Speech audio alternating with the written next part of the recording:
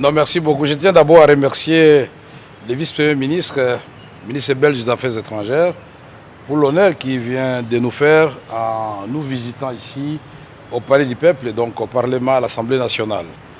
Et nous avons échangé sur des questions d'intérêt commun, mais par la solidarité et les relations traditionnelles qui lient la Belgique à la République démocratique du Congo, il s'est intéressé, bien sûr, à savoir comment les deux processus avancent à ce moment.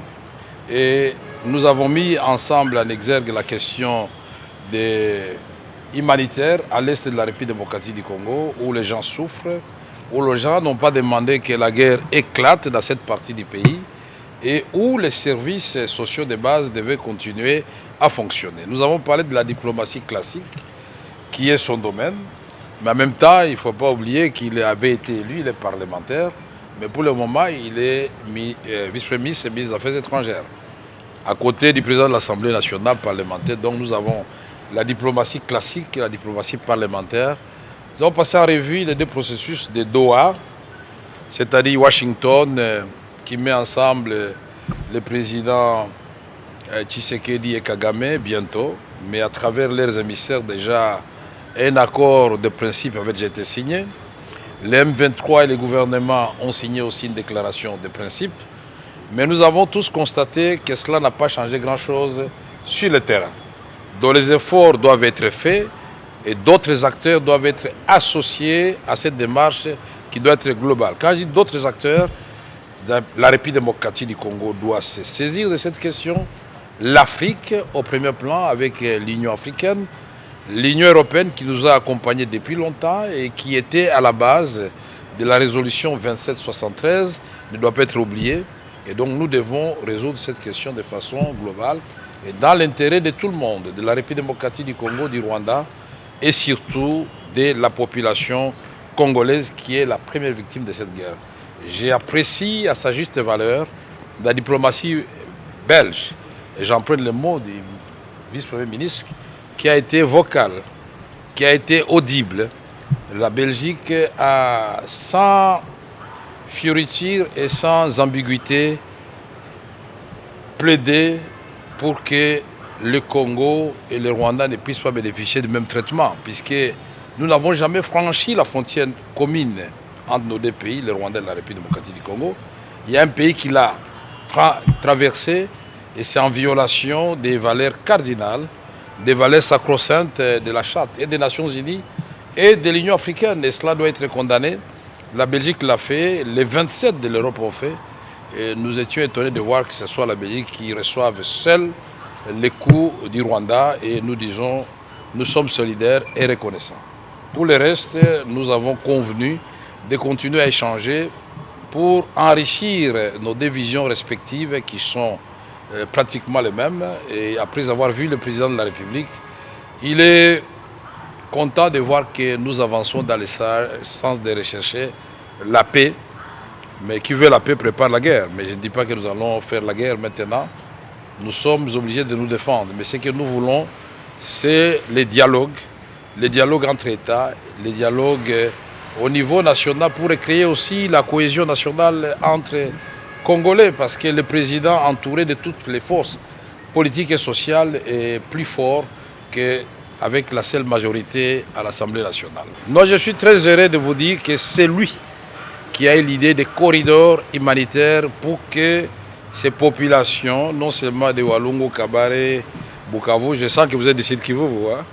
Mais il y a le Nord Kivu aussi, il y a l'Ituri, pour que toutes ces populations démunies, déplacées et qui souffrent, qui n'ont pas accès aux services de base, sociaux de base, puissent en bénéficier.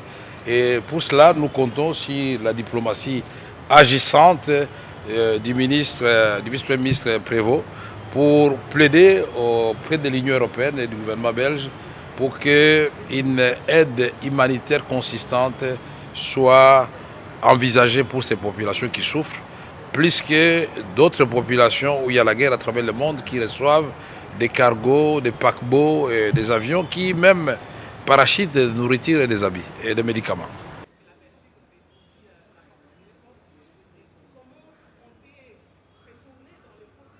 D'abord, permettez-moi à mon tour de commencer par des mots bienveillants à l'attention de l'honorable président de l'Assemblée nationale.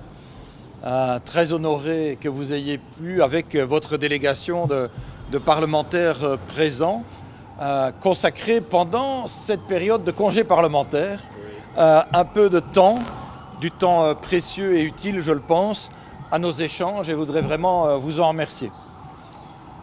J'ai apprécié ces échanges parce que j'en faisais la confession à Monsieur le Président. J'entame moi-même ma 19e année comme député, et donc c'est dire si le ministre que je suis aujourd'hui consacre et de l'attention, et de l'estime, et du respect à l'action parlementaire. Et j'ai pu souligner que quand on parle de diplomatie, la première qui nous vient à l'esprit est souvent la diplomatie des États. J'ai été maire, et je le suis toujours, même si je suis temporairement en congé le temps de mes fonctions ministérielles, depuis plus de 13 ans, de la ville de Namur.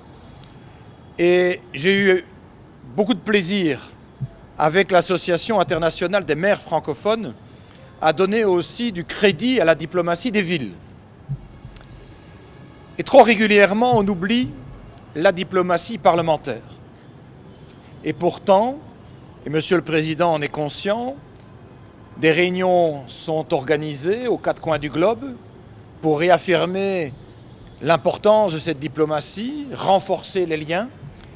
Et je suis persuadé qu'à l'initiative du Parlement, une série de réformes importantes, utiles, attendues, sous l'égide bien entendu de Monsieur le Président de la République, peuvent être portées, doivent être portées, pour pouvoir aussi améliorer la qualité de vie à l'attention de la population de la RDC.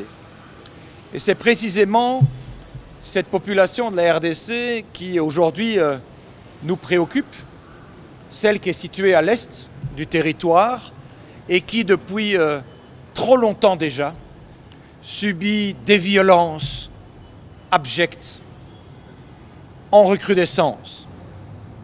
Des viols à l'égard des femmes qui sont en augmentation de manière exponentielle. Des enrôlements forcés dans des forces armées qui occupent le territoire. Cette situation a pu être dénoncée. Monsieur le Président a rappelé que la Belgique avait été aussi en pointe pour rappeler les principes inébranlables qui ont toujours fondé la diplomatie belge, que sont la défense du droit international, au rayon duquel on trouve aussi le droit humanitaire, le principe du respect de la souveraineté des États et de la défense de leur intégrité territoriale. Des principes qui ont convaincu aussi les pays européens de prendre des mesures en février-mars dernier.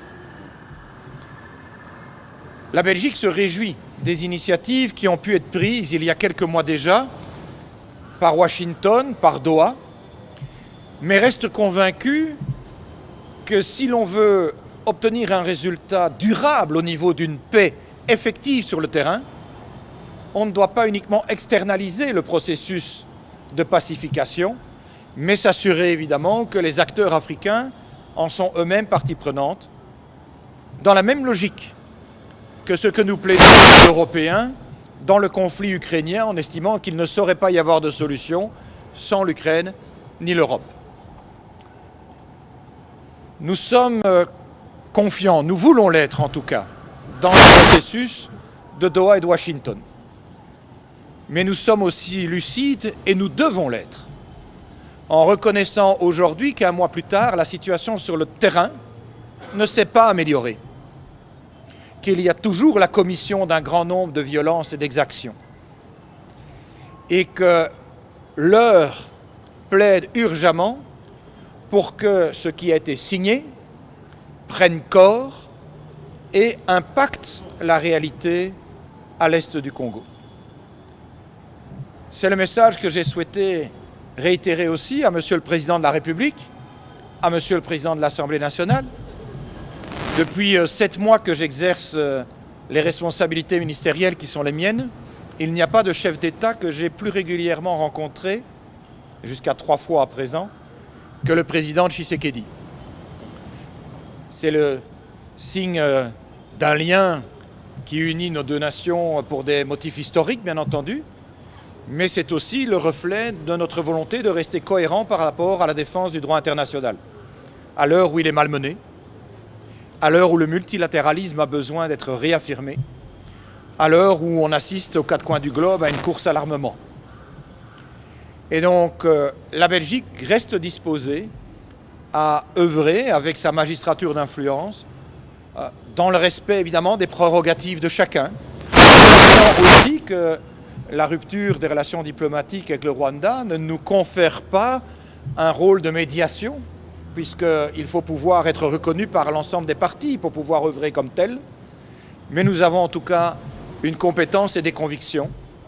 Et ces convictions nous amènent à rester des vigiles pour le droit international, raison pour laquelle je suis chagriné que depuis les mesures édictées en février-mars dernier au niveau européen, la question du conflit à l'est du Congo n'ait plus guère animé nos débats. Je pense que c'est quelque chose que nous devons rectifier. Le fait que Doha et Washington soient dans un processus qui implique le gouvernement congolais, les autorités rwandaises, le M23, ne doit pas exonérer les Européens de continuer de se mobiliser pour la crise humanitaire, indépendamment de la question politique, mais à côté de celle-ci, la crise humanitaire qui sévit à l'est du Congo et pour laquelle procurer les services de base essentiels, l'accès à l'eau, à l'électricité, aux soins, reste indispensable à procurer à une population qui n'a rien demandé et certainement pas d'être la victime du conflit. Je veux saluer le rôle des travailleurs humanitaires qui, dans des conditions extrêmement compliquées, essayent aussi de pouvoir faire œuvre utile. Je veux redire notre conviction que la mission onusienne de la MONUSCO a encore du sens et doit peut-être en retrouver davantage encore à travers la prolongation de son mandat, mais aussi la remise à jour de celui-ci à l'heure de la réalité de terrain d'aujourd'hui, plutôt que de continuer d'œuvrer avec un mandat qui a été esquissé originellement il y a un très grand nombre d'années. Bref, tout ce que nous pourrons faire pour pouvoir apaiser la situation et œuvrer le plus rapidement possible à cette paix, nous voulons le soutenir, y compris donc ces initiatives internationales de Doha et de Washington. Je vais me rendre ce soir avec ma délégation à Lubumbashi. Lors de ma première visite, il y a 4 mois, j'avais aussi souhaité m'orienter vers l'Est en m'étant rendu à Béni, au contact d'une série d'associations, de témoins, de victimes, aussi aux côtés de Réginald Morel, qui a créé un dispensaire de soins de grande qualité au bénéfice de la population. Nous avons aussi des enjeux importants à Lubumbashi sur les questions économiques, qui ont aussi été des sujets que j'ai abordés avec Monsieur le Président et Monsieur le Président de la République et de l'Assemblée nationale. Les questions minières, on le sait, mais il ne faudrait pas que celles-ci occultent l'urgence sanitaire et humanitaire, et c'est ce qui mobilise aujourd'hui la diplomatie belge en premier ressort. Alors j'apporterai juste une petite nuance à votre introduction, sauf si ma mémoire fait défaut. Je pense que quand j'étais venu il y a 4 mois, les processus de Doha et Washington n'avaient pas été encore impulsés de la sorte et encore moins conclus.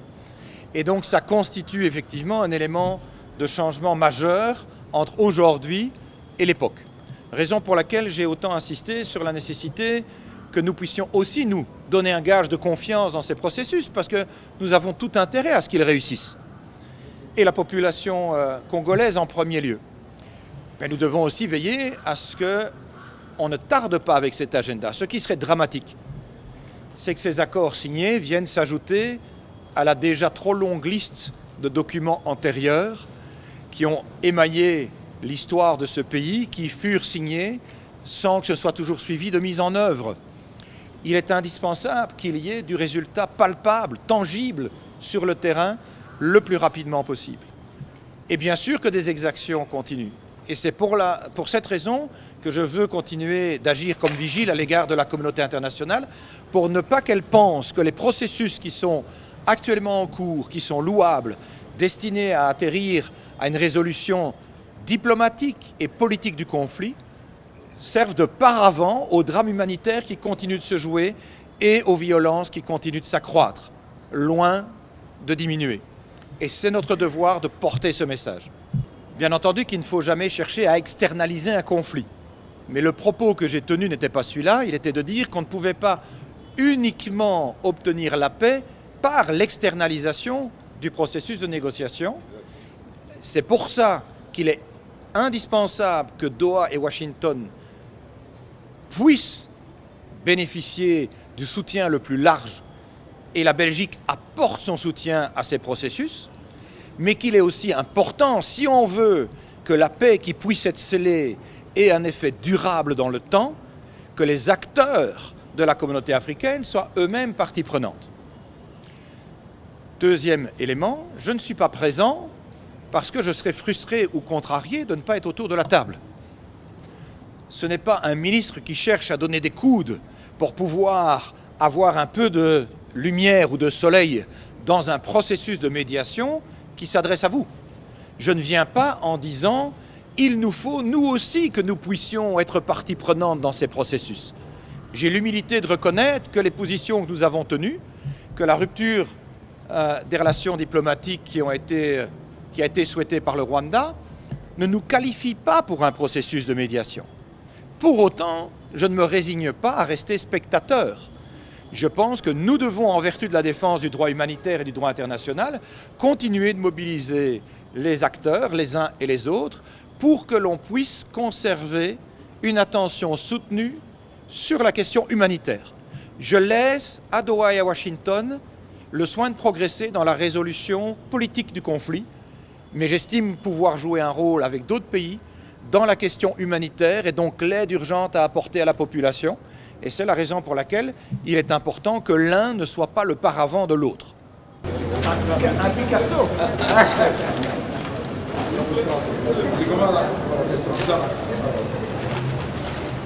Là, nous avons